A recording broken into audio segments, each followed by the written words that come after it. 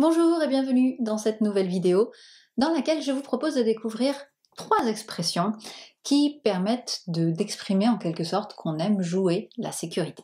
On voit ça tout de suite.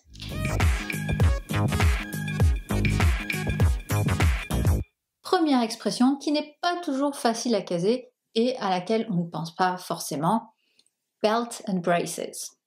Belt and braces, en soi c'est relativement simple puisque belt c'est la ceinture et braces ce sont les bretelles. Donc on comprend un peu le concept belt and braces, ceinture et bretelles.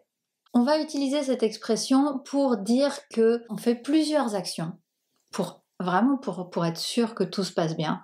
On va faire plusieurs actions alors qu'une seule aurait normalement largement suffi. On va parfois trouver d'ailleurs cette expression belt and braces dans les journaux ou dans la littérature quand on veut parler de quelqu'un de pessimiste, puisqu'effectivement, il faut quand même avoir une approche un peu pessimiste pour se dire « Ah là là, ça va pas marcher, je vais plutôt faire ça, plus ça, plus ça pour être sûr que ça ira. » Comment l'utiliser, ou plutôt sous quelle forme on va le trouver? On va trouver belt and braces tout seul, comme ça.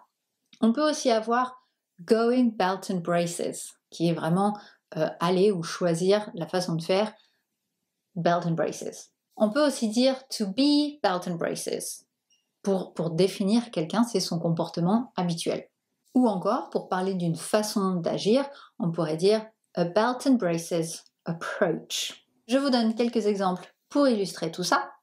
I sent them the invitation by post and email, and I called them to make sure they had received it. Belt and braces, I know.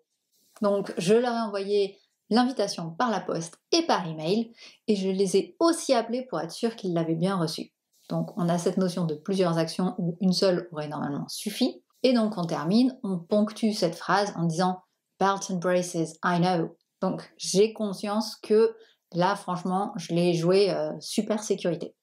Autre exemple, cette fois-ci avec une autre forme que je vous ai donnée.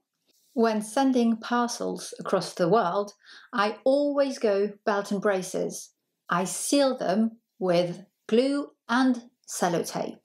Donc quand j'envoie des colis à l'autre bout du monde, je l'ajoute toujours sécurité, je les ferme avec de la colle et du scotch. On voit bien dans ces deux exemples qu'on a deux formes différentes de belt and braces.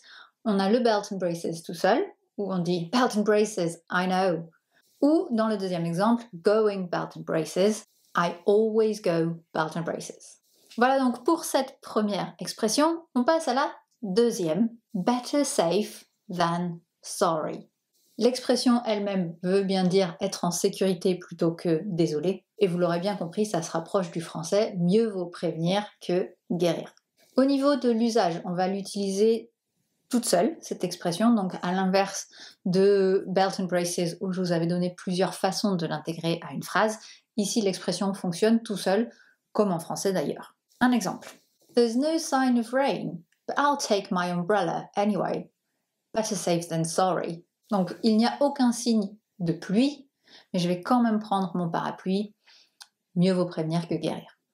Et troisième expression, qui est très imagée, celle-ci, a bird in the hand is worth two in the bush.